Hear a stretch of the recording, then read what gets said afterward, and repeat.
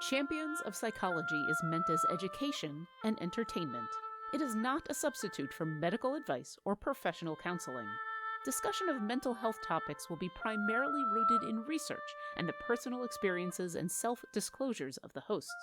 While we can provide generalized education and possible mental health resources, we cannot offer any recommendations, advice, or opinions for any specific persons, cases, or situations. We provide these resources and links at our sole discretion, but have not necessarily vetted or reviewed any resource. We assume no liability for the use of the information or resources on these sites, and we encourage you to use your own best judgment.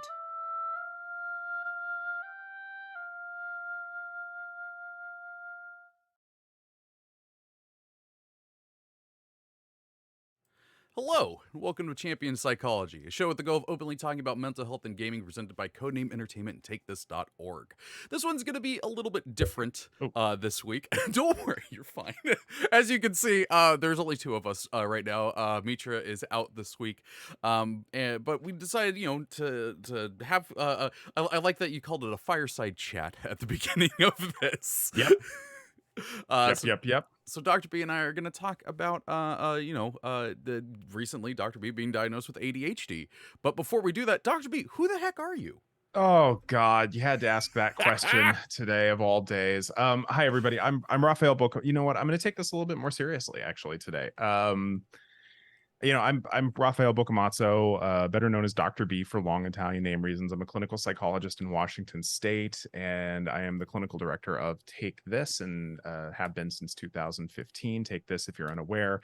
Go check out, what we have going on in terms of mental health resources. You can see at the bottom of the screen, but we were the first mental health nonprofit to serve the game community, and I'm real happy to be here chatting about this stuff. I'm also an expert on things like tabletop gaming more and more these days, talking about burnout, and although they're not necessarily related, but yeah, I'm gonna say I'm a little nervous to be talking about this today. I mean, especially since it's just the two of us.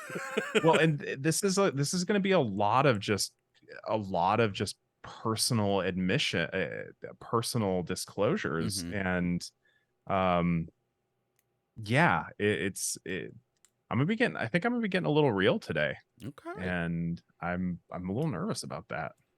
Well, to let folks in the chat know what we're doing today, so we are going to be talking about the ADHD and Dr. B and diagnoses and whatnot.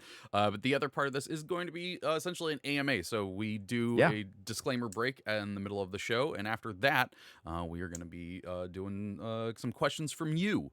So be sure to put in the chat question : and then your question, and our awesome mods Mars and Martin will grab them. Put a little text doc that we'll look at later. But yeah, why don't we just kind of jump into this? And well, okay, so I think one of the things to kind of tackle first is, a while ago, and the wild thing is it has been a while ago, we did an autism AMA and an ADHD AMA. That was like our 12th episode, wasn't it? That was so long ago. It's wild. I mean, we're in season 6 now. Yeah. And we treated those as two separate things, but we did talk about some of the similarities between them and whatnot. So I think some people might be wondering, how did you get?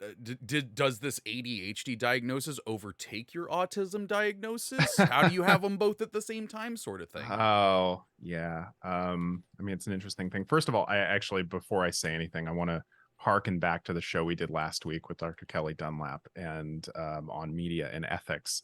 And I just want to put a big disclaimer out there, in addition to the one we had, that this is me talking about my own journey. Okay. 100%. While I am a clinical psychologist, I'm here talking about me. Yes. Okay. And I don't want anybody to get the impression that I'm going to be telling you what to do. We're talking about this basically to normalize that there is a struggle for a lot of folks, and for me to put this story out there in a way that, basically you're not alone if you're struggling. Now, if you have questions about what you should be doing for your individual case, by all means, go chat with a locally licensed mental health professional. Because, I can't give you case advice I can't tell you what you should be doing because I'm not your therapist. I'm not your provider. I'm going to be talking about me. So Hmm. please don't take anything I say as a recommendation of what anybody should be doing. Just talking about me today, which is Absolutely. part of the thing that makes me incredibly uncomfortable. You mean the fact that like literally the title says Dr. B and his, like it's very Yeah, much no. you. This is incredibly uncomfortable and vulnerable. So yeah, what was your question again to start off the ADHD It was thing? essentially for people who may be confused about having autism and ADHD at the Yeah. same time. Well, there's so the excuse me. The thing with psychodiagnostics is that there's a lot of overlap in a lot of different things, which is part of the reason that, when I was in grad school, we were told it was going to happen, but all of us did this every week when we were in our psychopathology classes. Every week, some of us, we all thought we had something new and something different. Because when you look at when you look at some of the challenges that go with various diagnoses, it's easy to internalize those things, forgetting that all of us are going to have personality quirks and overlaps with, given diagnoses, given conditions, but it's the impact that's important. And so autism, with autism, it's that I don't primarily get, and by the way, I'm going to really I'm just going to be really call myself out on this and just kind of honor where I'm at here. When I'm really deep in thought and when I'm really kind of deep in my own emotions, I don't make eye contact with people. I'm often thinking. So if I'm not looking at the camera today, y'all know that I'm really deep in thought and I'm not distracted. So with autism, there's nonverbal cues that, from the allistic folks, the non-autistic folks, that I often don't get, that I don't interpret the same way they expect me to, and vice versa, in fairness. They just outnumber me, so I'm the weird one. But additionally, I tend to have very deep interests. I tend to have quirky ways of expressing myself. And it makes it because it's so out of place with what's expected. It's a neurodevelopmental diagnosis. But that's not the same thing as ADHD. Whereas ADHD, it's a cognitive regulatory thing, cognitive and emotional regulatory thing. There's still some of that with autism, but with ADHD, yeah, I have a hard time regulating where my attention is placed. I also have a hard time regulating my emotions.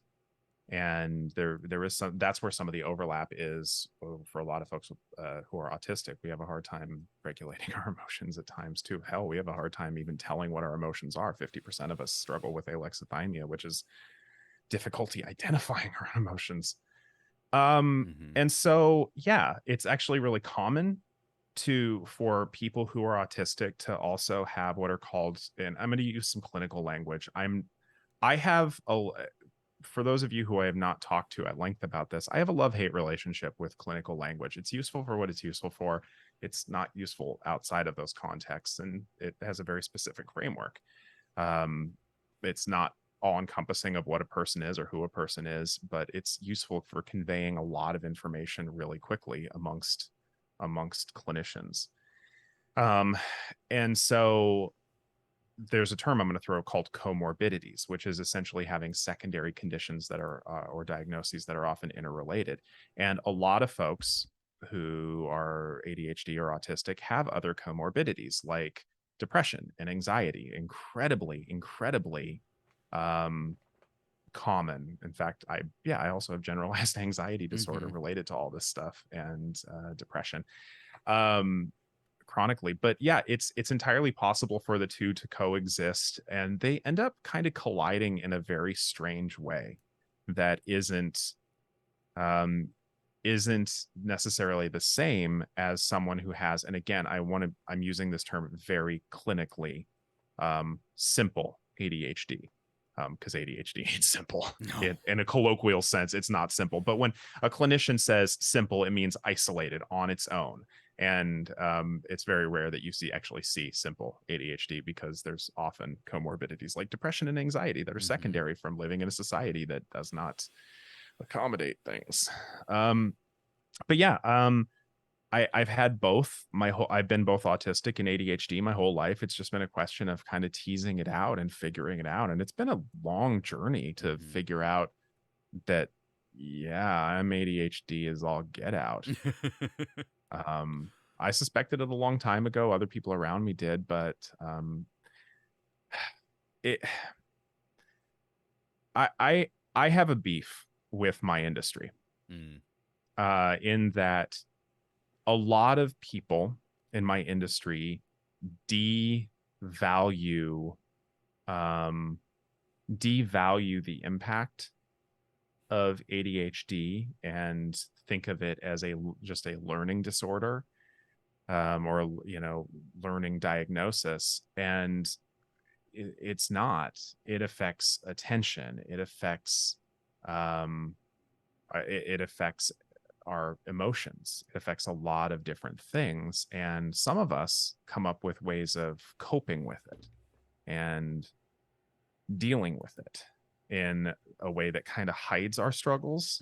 And that's where I was for both autism and ADHD for so long. And I think a lot of my industry doesn't do a good enough job of understanding some of the nuances, especially in adults for both of them.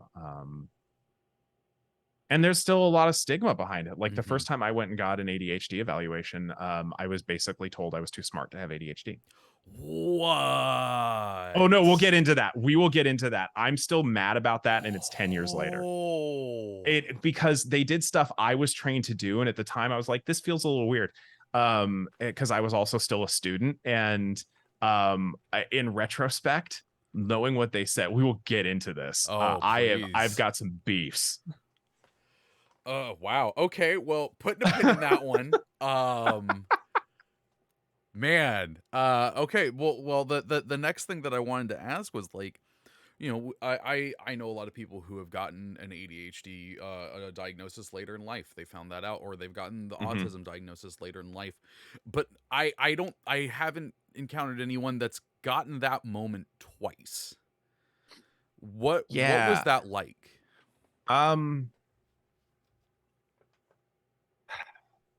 It's nerve-wracking, because I mean, even though it's my industry, I just want to have answers like anybody else. And diagnostics are hard.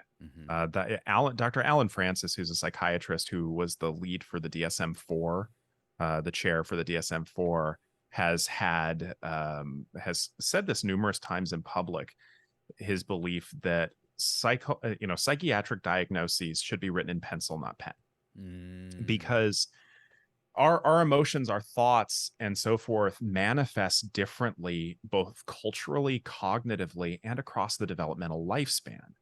Because if we think about it, kids, we don't expect children to express distress the same way we expect adults to, because kids have different metacognitive abilities. And so this is part of the reason that there is a stereotype that holds true to a certain degree, at least in the United States, that those who are socialized as boys initially in their lives tend to act outwards, and those socialized as girls in American society tend to go inward.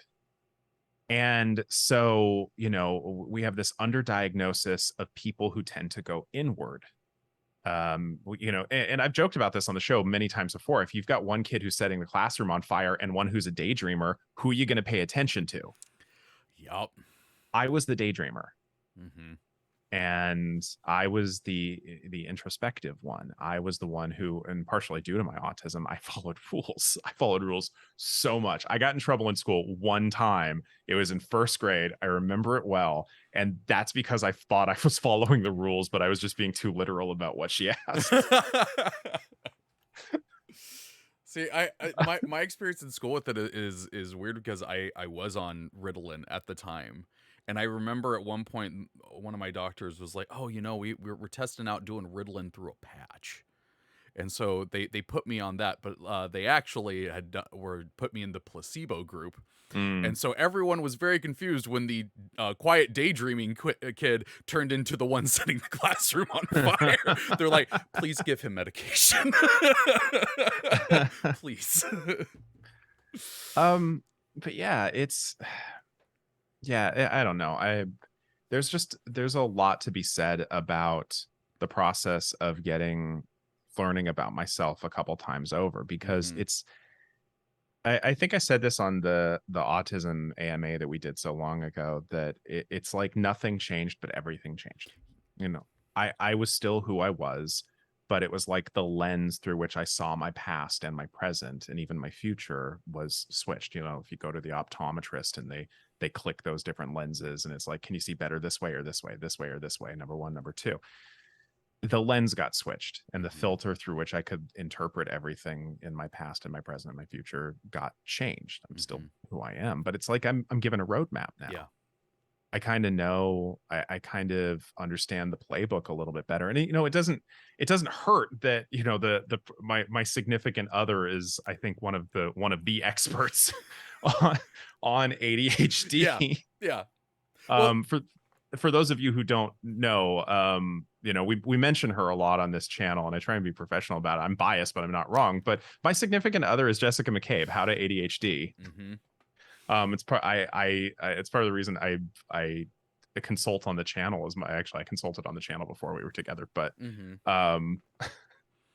yeah, no, I mean, her channel is fantastic. And again, I know that you are biased, so I will say her channel is fantastic. And when I started watching it made me have those realizations, even though I had been diagnosed my entire life, and still made me cry a few times at realizations.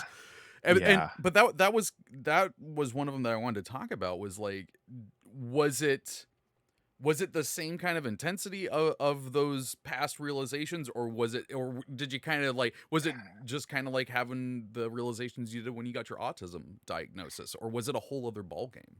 Well, it was a whole different ball game in this case, because with autism, there's no, as far as I know, no direct medication that can be given to help people cope with some of, there's things you can do for certain aspects of autism, like managing anxiety, managing tics, if that's what people want to do. Some people embrace those, and cool, great, awesome.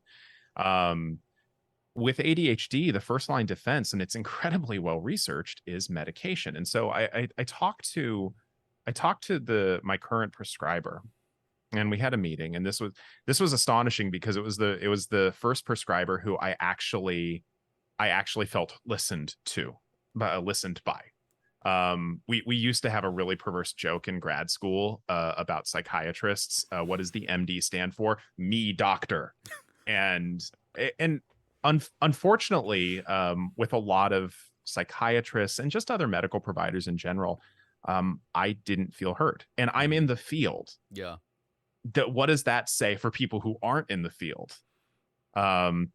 Let alone all the mounds of evidence we have on folks of obviously marginalized identities, women, BIPOC folks who go into medical spaces, and they are just talked down to all the time.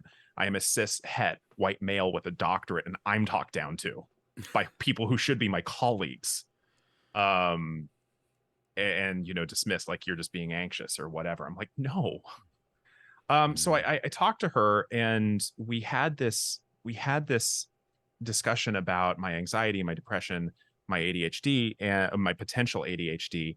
And she asked me how I wanted to proceed with things. We want to do something for the anxiety or whatever. And I said, you know what? How about this idea?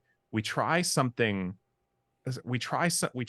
dealing with the attention, the ADHD symptoms, and see if that actually helps the mood regulation as well.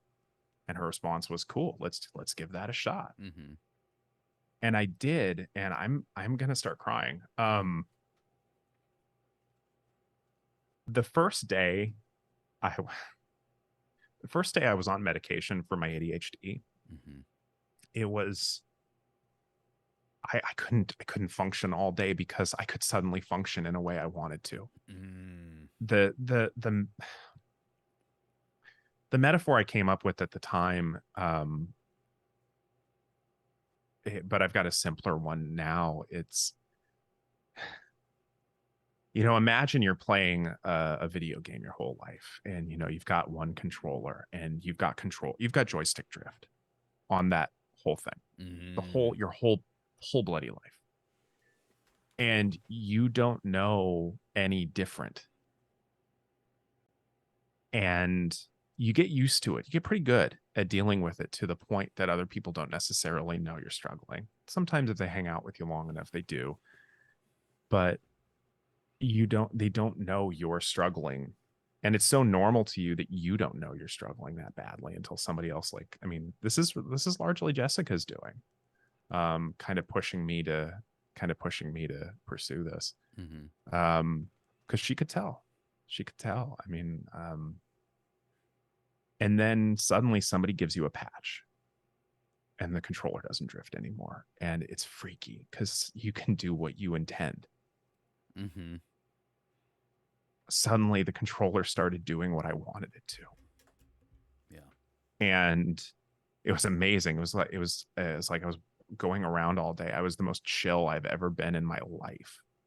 Suddenly my brain was calm in a way. Brain calm, man. Oh. Yeah. And then they wore off. And then suddenly I was aware of how hard it was, and how hard it was to move things from the beginning. And it was so normal to me up until that point. I didn't know how hard it was until the meds wore off that first day. And then that second day, it was the same thing. I got that patch back again, and my brain could do what I wanted. And then they wore off again. And I was crying for like 2 days straight because on one hand, it was like suddenly my brain could do what I wanted it to. And then it couldn't anymore. And it was contrasted by the fact that this was my normal before.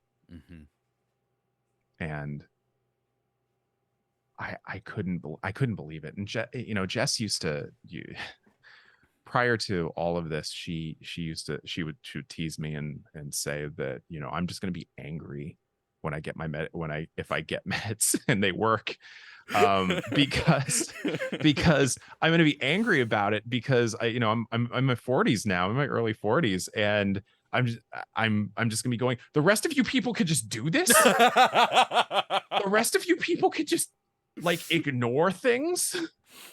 And she wasn't wrong. On one hand, I was really I was chill in a way I never was before because everything was calm. Yeah. It was so friggin' calm in my head. It was not like the constant pinball game that it is all the time. And people can joke about that, and people do joke about that, but and I joke about it. I joke about it to make up for the fact that it's awful. Yeah. It's, I used to tell people that trying to catch a thought in my head is like trying to catch butterflies in a hurricane. Yeah. And once we started dialing things in a little bit, it's like the winds calmed down and I was able to see the butterflies floating past. And I couldn't even believe it. I could not even bloody well believe it. It's been, it's other people in my life. My boss is like, I've never seen you this focused. You've never seemed this focused or this driven before. And it was there underneath the layers of distraction, but it again, it's the controller drift thing. I couldn't control what the joystick was doing. I could only compensate for it. That's one of those compliments that hurts, because it's like, I've never seen you this driven before. It's like, no, that has been there this whole time. Oh God, yeah.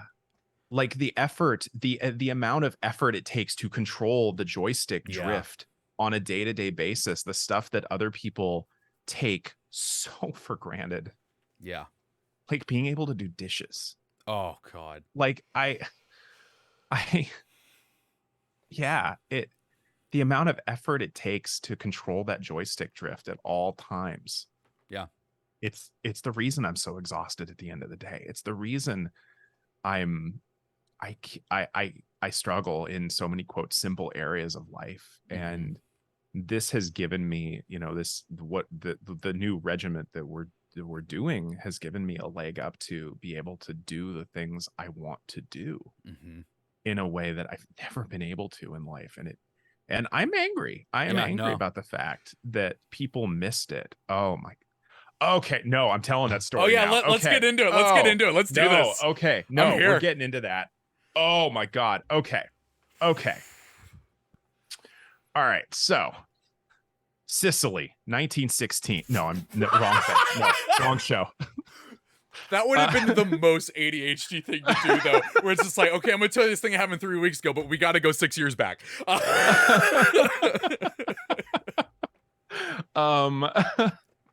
No, so this was my 3rd year of grad school. All right, my doctoral program. And for those of you who have never been through a doctoral program, good for you making good choices.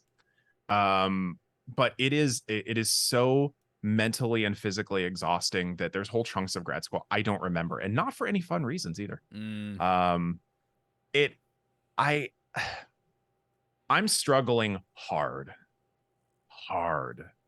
to do the things that my peers can do. And so I go to another school, another training program, because we actually had an exchange program of sorts that, like, if you needed therapy on the cheap, you would go to the other school's program, and if they needed therapy on the cheap, they would go to ours, because we're grad schools, we're grad students. We didn't have insurance. So so I go there, and they offer to do a learning disability assessment for me. And it's an interesting thing doing that as a grad student, because at that point I'd been trained on some of the common measures of things. And so that we have to kind of figure out what they can give me and what they can't, because otherwise I know the answers.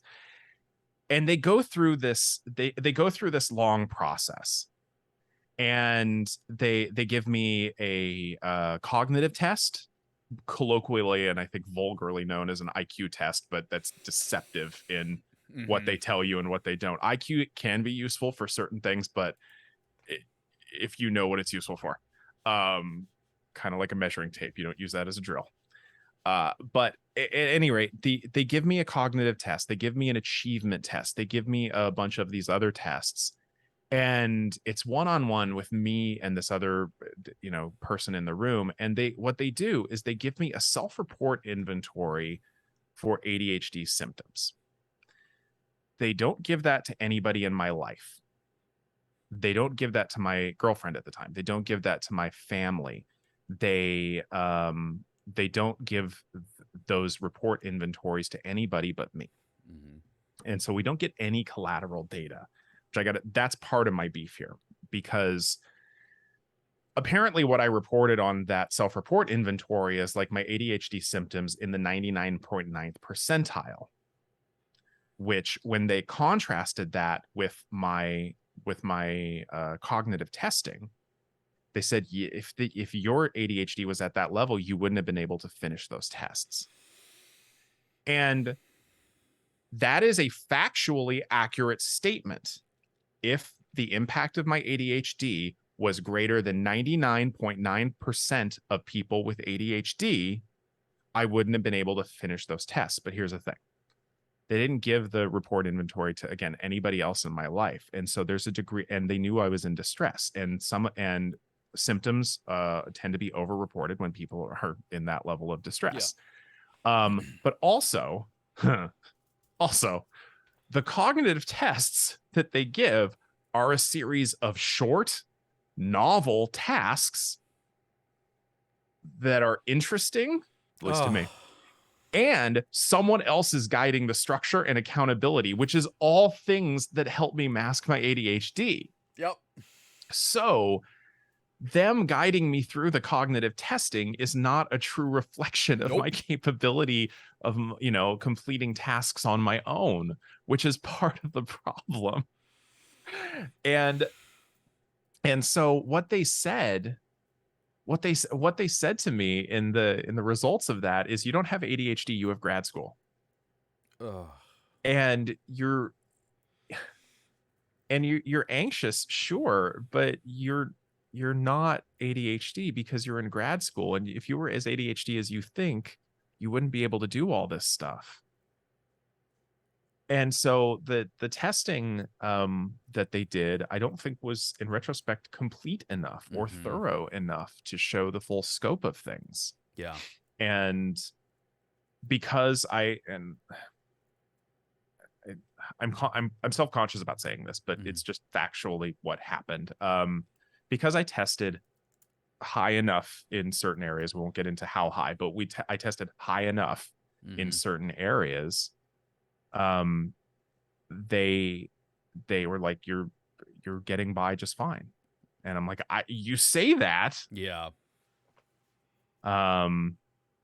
And so those, yeah, I still have got a real beef about that. The fact that they did this stuff and it effectively came down to you're too smart to be ADHD. Yeah. And if you were as ADHD as you said, you wouldn't be doing as well. And I'm like, but it's not that simple. Yeah.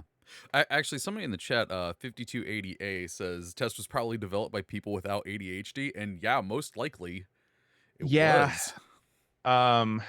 It potentially, but then again, there's statistics that roughly 9% of the American population is ADHD, whether they know it or not. And so if they had 11 people developing that test, in all likelihood, statistically one of them did.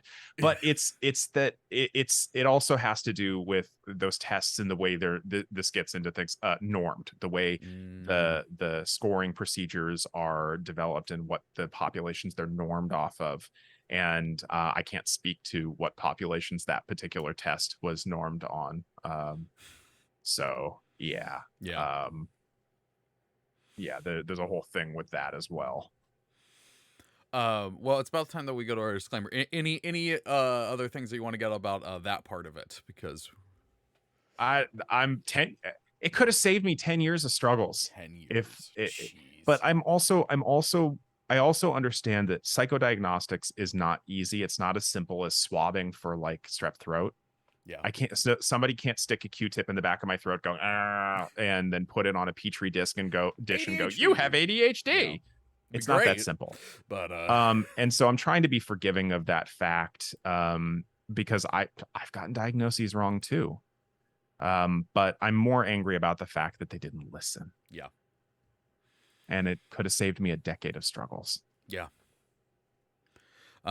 Well, like I said, we're going to go to our disclaimer real quick. But remember, you can put questions into the chat, question : and then your question, and Mars and Martin will grab it and put it in text doc, and we're going to answer some of those questions in the next part.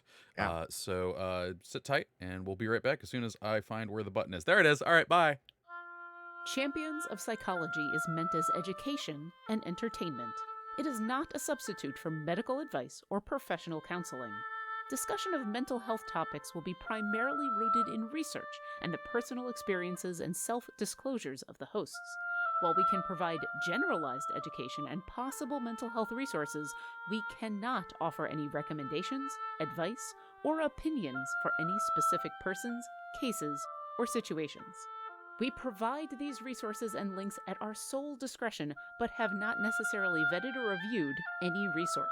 We assume no liability for the use of the information or resources on these sites, and we encourage you to use your own best judgment.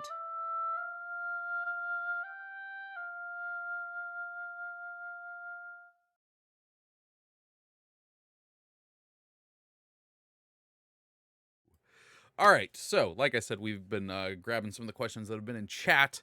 And you can still put more of them in there. Hello. And so let's start off with Inko7, who I do know. Hi, Inko. Hi, Inko. The question is, are heated moments in role-playing games too stimulating for you? It depends. It really depends. And honestly, that has less to do with my ADHD and more to do with my autism. Mostly because, and we talked about this way back when in the autism episode. Boy, I'm gonna go watch that. And given it was a year ago, I wonder how many things I said in that I'm gonna look at that and go, boy, if only I knew what I know now, I would have said something different. because part of this is also learning about myself and also unlearning a lot of really ableist concepts that I was I was taught in grad school and in life. And so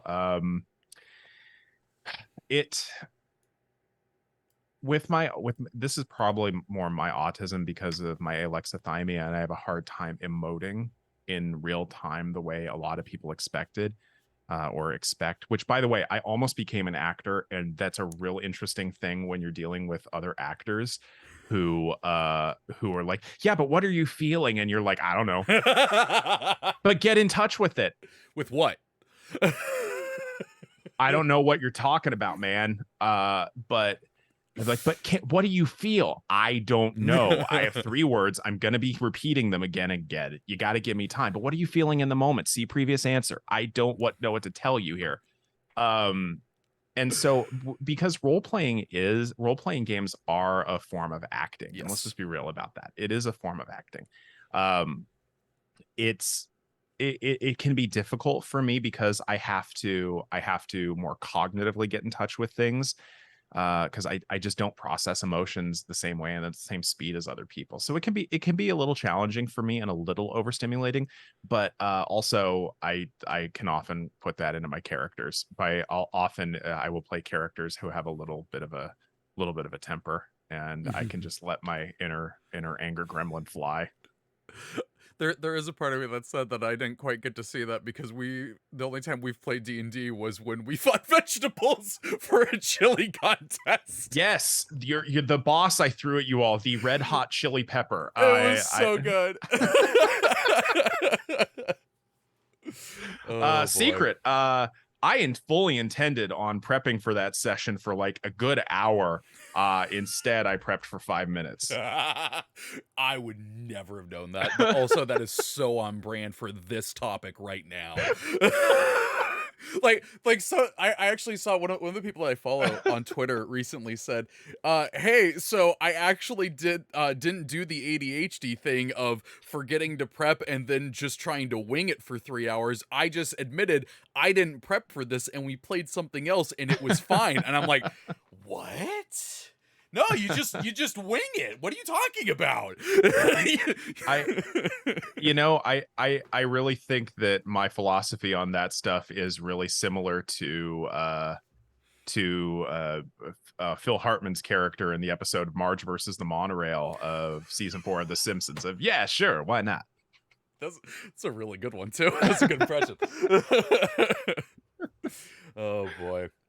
Let's see. This is from Tiger's Dark Question. What age would you recommend testing for ADHD? Wondering for my 6-year-old. Pretty sure he is ADHD like me. Well, I can't give anybody a direct answer to that. But what I can tell you is that often what I tell people is if you are questioning whether or someone is struggling with something, that's a good time to go to a professional and ask some questions. Mm-hmm. If you're wondering, well, that's go ask questions. Again, this is not a recommendation. This is a life story. I was diagnosed in 1st grade because my 1st grade teacher took one of my moms aside and went, yeah, I'm pretty sure this kid's got ADD. You should totally go get him checked out. Seriously, can you put him on Ritalin tomorrow, please? So yeah, I got diagnosed in 1st grade, and that was under a teacher recommendation, and it turned out to be true. So thank you, Miss Hanning. Let's see. The next... Oh, incidentally, Lurking Writer. That's the exact same episode. Well done. Well done, Lurking Writer. Season 4, written by Conan O'Brien. Oh wow. Oh yeah. Oh yeah, that's right. He did write. Oh my. Yep, before the Exodus at the end of season 4. That's a whole rabbit hole I could go down. I'm going to apologize now before I even read this. I'm probably going to read it wrong, but I'm going to say Charke 511 says, question, if you don't have this feeling of, if you don't have this feeling of quote brain calm as you describe, sorry, my brain's not working. So if you don't have this feeling of brain calm as you describe, and on your meds, what Oh, I cannot read today. I'm so sorry. Would that be the reason enough to think you're misdiagnosed or under medicated and need to talk it up to your doc? So essentially, it's like if you, Oh, yeah, I yeah, see if this is you've going now. got that. Apologies. Yeah, okay. So the question is, if I understand the question, is if you've got that much chaos in your brain, um, isn't that a reason enough to go to your physician? Well, so Okay, no, or well, you're having that chaos, right. but you're also on meds. Oh, gosh, I don't know how to answer. I mean, Yeah. if anybody ever has questions about the medications they're on, they should absolutely speak with their medical provider or psychiatric prescriber. I can say, in my case, the brain chaos, the butterfly in a hurricane thing that I had my whole life, I just had my whole life. It was my normal. I didn't know any different until people started telling me, "Hey, maybe you should go talk to someone about this." Mm-hmm. And because I flew under the radar, because I was that daydreamer, and I am cognitively quite capable in a lot of different ways. It and I also, the universe decided charisma was my dump stat, and which is really ironic for somebody who's autistic. And people let me I charm my way through a lot of situations. um I didn't know the difference is the short answer, until I started talking to that professional. And so yeah, it was a big difference. And I I got to be really honest with you. I'm not it was not a miracle solution. It was just a miracle difference. Yeah. I still have certain side effects, and we're still trying to dial my medication in, and this is now 3 months later. We're Mm-hmm. still we're still trying to we're still trying to get that dialed in such a way that, you know, maximizes the benefits without some of the negative side effects, like me being wired. I haven't Yesterday was the first time I've been able to have coffee in a while. Oh boy, I am on 2 cups of coffee as it is, which might explain why I can't read things well right now. Uh, let's go over to Vaxdom. Question: as a middle-aged individual, how would you recommend beginning the process of diagnosing whether I am dealing with ADD/ADHD? Should I start with my general medication practitioner? Well, I mean, Well, oh, but before we get to that, just because we haven't really talked about this on the show, and it's something I'm curious about. To my knowledge, at this point, ADD and ADHD are the same thing, since right? 2000, yeah. Okay, cool. Continue. Yeah, they were combined in 2000 to be 3 different presentations Okay. of ADHD. There's inattentive primarily, hyperactive primarily, and then combined type. Well, it turns out I'm combined type. I thought I Ooh. was inattentive, but my prescriber's like, no, all that brain chaos that you're like, where you've got song lyrics for everything people say, where you've got a quote from a TV show from everything people say. This is supposed to be an episode about you. Stop calling me out. The fact that you constantly get distracted, and I don't mean periodically, I mean constantly. Combined with yeah, you got combined. Full type, disclosure: 6 times this episode I've gone, you're on a show.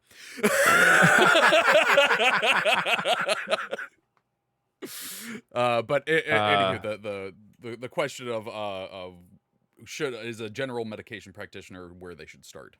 I mean, it depends on what your system is, and what you should do. It depends on your locality. Yep. And your prescriber status and your insurance. Frequently, I'm going to tell you what other people report to me as a general construct. But frequently, people tell me they do talk to their GP first and then get referrals out to other places. So yeah. Okay. There you go. Let's see. Caleb Marin says, question, how do you navigate your bad days regarding ADHD and autism? I get days where I can focus on anything at all, and my brain, or I can't focus on anything at all, and my brain is a cosmic treadmill. Cosmic treadmill is two of my new favorite words, just right together. New band name, called it. Oh, Ah! that's such a good. It's such a good one too. Yeah, Cosmic Treadmill. It could even be like a sequel to OK Go's like original video. You know? Oh my god. Oh no, that's no. Cosmic Treadmill is going to be all philosophy philosophy dropouts. Oh, yeah, it's a good one. But yeah, how do you navigate that? I have had to, over the years, I have very consciously had to build my community, and build who is around me. I'm very, very fortunate that I have a significant other now who understands, because I've had that in the past where they didn't. And they expected the more neuronormative response to a lot of things. And it's a lot of questions of why can't you do X, Y, and Z? In my marriage, I ended up having just one of the more painful moments of my marriage is when, in the midst of a heated argument, she yelled, "Why can't you just be normal?" How come I can't hug you right now? I really want to hug you right now. Yeah, no, that was and remains one of the most devastating moments of my marriage. Oh, man. Yeah. I'm so sorry, buddy. And so thankfully, having a roadmap of first getting the autism diagnosis and having the ADHD diagnosis now, I'm able to. I did. Let me take a step back. I did a thread on Twitter probably about a year and some change ago where I talked about being autistic, and being autistic and not knowing you're autistic is like sitting down to a card game where nobody tells you the rules of the game. You can't look at your hand. And what's really infuriating is the rules don't change every time you get up to a new table. They change every time the players change. The rules subtly changed. And it doesn't matter which table you go to. Nobody can fully explain all of the rules. Well, when I got my autism diagnosis, it was like I could finally see what my cards were. I could suddenly play the hand I was dealt. Yeah. And it's the same thing with ADHD. I'm able to play the hand I'm dealt a little bit more because I can see everything. And better anyway. But I've also deliberately surrounded myself with people in my personal life who understand. And I'm very fortunate to work at a mental health-based organization that actually walks the walk of utilizing people for their strengths and helping to bolster up where their areas of challenge are. And I think that is a testament to the quality of people we have at Take This and our executive director, Yves Crevichet, who go out of their way to bolster. We go out of our way to bolster each other up. And so, to answer your question directly, I cope with it because I have with having systems in place that accept it. And they accept the fact that my brain is not going to be a straight line of productivity or functionality in terms of emotions or whatever functional term we're using that term in that moment, or behaviors we're using in that moment. They understand that it's going to be oscillating. And then on those days, I just try and remind myself that this is what I am. This is who I am. This is not a fault of my own. And it's so hard. It's so hard because of all these internalized ableist ideas of, what I should be able to do. Oh God, should. What a terrible word. Should, like everything else, has its functions. But when it's too rigidly applied, it becomes weaponized. It becomes evil. I shouldn't go to a restaurant naked and pick my nose. In order to exist in society, there are some shoulds we agree on. Yes. But when they're too rigidly applied, like everybody should be able to do this one thing the same way as everybody else, that's a problem. Yep. And I am playing with a different character sheet than other people, and I have to acknowledge it. I have to remind myself of that. My wisdom score is -1, and I have to remind myself of that. Who cares if other things are, who cares if, I have a doctorate and my intelligence score is whatever it is. But I still have certain things I have to work around, and that's just my character sheet. That's not my fault. Yeah. And it's hard. Yeah. It's hard. And that's part of the reason I have people around me to remind me of that too. I shout out to Jess, who's just so good in my just as a significant other and partner. She's amazing at reminding me that it's not my fault. Yeah. That my brain, my operating system is what it is. Yeah. Yeah, I gonna echo the shout out to Jess. Go subscribe to How to ADHD on YouTube right now. Seriously, fantastic channel. I have recommended that channel more than any other channel on YouTube.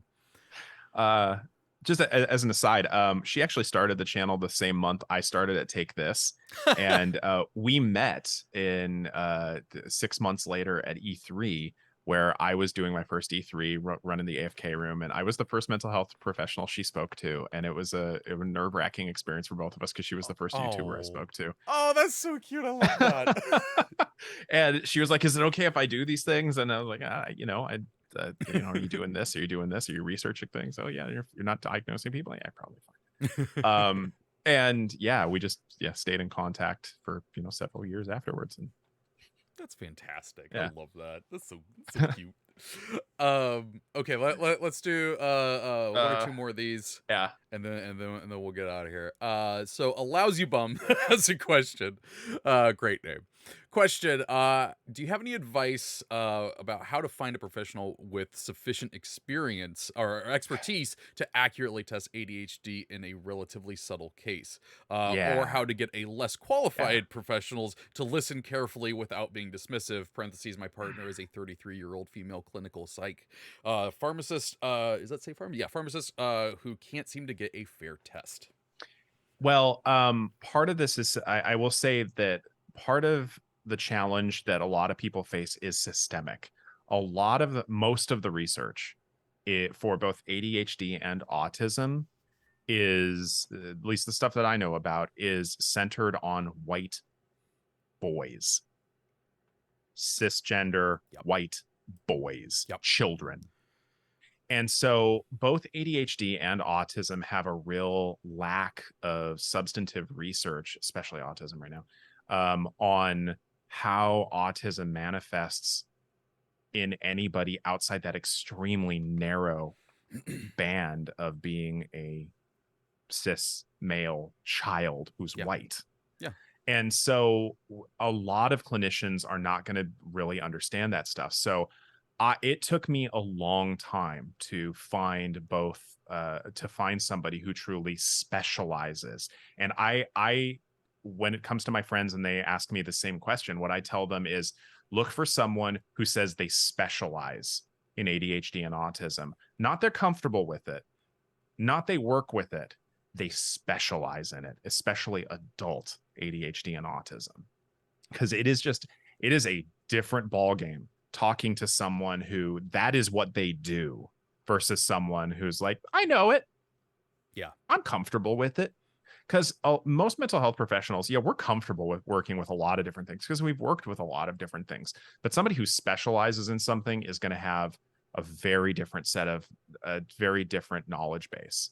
And so I think it took me 6 months to find a prescriber who specialized in adult ADHD and autism well enough to meet my needs. And those 6 months sucked. Yeah, I bet. Because also I very specifically added, I want someone who's not going to talk down to me. Someone who's going to actually listen to me. Yep. Okay. It's sad that that's a criterion, really. Right? Yeah. Like that. That it is real. One of the things I will tell you all, one of the things I tell my clients at the get-go, especially since most of my clients are teenagers, I work for you. Yeah. You pay my bills. Yeah. You are my boss. Yep. If you ever feel like you're working for me, something has gone wrong. And I've started telling other healthcare providers this when I start working with them of like, here's the thing. Here's my philosophy on healthcare.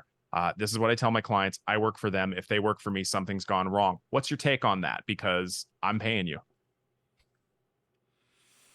I agree with this message getting out. Okay, what? One last question, Okay, I'll because keep it quick. Lightning I round. really like this one, and again, it's from Inko, so it sounds like I'm biased, but I really do like this question. Inko7 says, "What systems do you and your partner have established at home to function harmoniously together?" Okay, credit where it's due. This was entirely Jessica's. We do a weekly couples meeting. Okay, like she, I don't remember where she got this, but as much as I hate doing this because of my own anxiety and all this and just a lot of trauma I don't talk about publicly, Mhm. it's so helpful for us, for the two of us. Yeah. And again, I'm talking about me. If you have questions for this in your own life, go talk to a mental health professional who's local to you. What we do, however, is so it's a 4-part meeting we do every Sunday. It involves starting with compliments, specific compliments that we like about the other person that they did that week.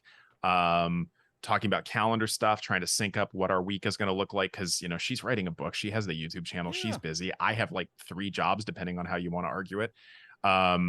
So we talk about calendars, then we talk about chores, like what are we dividing things up that week, and then we bring in needs. Originally it was complaints, but that was intimidating, so we talked about needs, like personal needs. I love The 4 C's of compliments, calendars, chores, and complaints. And but we changed that to needs. But one of the things that we talk about in calendars as needs for each of us is alone time, because we Yeah. both get overstimulated, and so we build alone time into our schedule, and also social time with friends outside of each other as a couple, because I'm a consultant on her channel. We work in the same building, we talk every freaking day, Yeah. we live together, and so we need some time apart. And we schedule that out, and so that's one of the things we do every week. Yeah. And That's good. it's helped me tremendously. Again, couples therapists are wonderful. If you have questions about your own status as a couple, please go see a qualified professional. I'm only talking about me. Yes. Yes. But I think that's really fantastic, and I think that is really great. So, thank you for sharing that. I mean, really, honestly, thank you for doing this whole episode. Like, I'm sure you're gonna need like a nap and some alone time after this. Yeah, no, I'm actually gonna go have lunch with Jess in a few minutes. There you go. Perfect. But no, seriously, thank you for doing this. This was fantastic. And if we didn't get to one of your questions out there, like I say at the end of most of these episodes, we're gonna do a recap season ender thing at the end of the season, so we might grab them there. But yeah, any last thoughts that you want to share before we get out of here? If you're questioning whether or not you should go see a mental health professional, go see a mental health professional. And get those questions answered. You don't struggle on your own if you have the capability not to. Don't wonder if that's maybe the only direct advice I will ever give out to people, is if you're questioning whether you should see a mental health professional, reach out to one. Love it. Well, yeah, thank you so much. I'm just gonna give you a little bit. I know that I'm the only one that can hear it right here, but this is for you. I don't. I will air back at you. My inner Roy Kent is gonna come out in a moment. I'm just gonna be like. Thank you to Codename Entertainment. Take this for letting us have these conversations. Thank you to Mars and Martin for being in the mod pod and doing a fantastic job. And thank you everyone who was here and asked some great questions. Honestly, I want to give a big shout out to chat in general. You all were fantastic. This episode, we were a little nervous about how things would go. And so I really want to give you all a big shout out for that. So thank you. Y'all. Yes, right there. I can't do hearts in my hands for some reason. I'm sorry. Is it? No, I still can't do it. It looks like a liver. So that's going to do it for this week's episode. Thank you all so much for joining us. And until next week, take care of yourself. Bye. Champions of Psychology is meant as education and entertainment. It is not a substitute for medical advice or professional counseling. Discussion of mental health topics will be primarily rooted in research and the personal experiences and self-disclosures of the hosts. While we can provide generalized education and possible mental health resources, we cannot offer any recommendations, advice, or opinions for any specific persons, cases, or situations.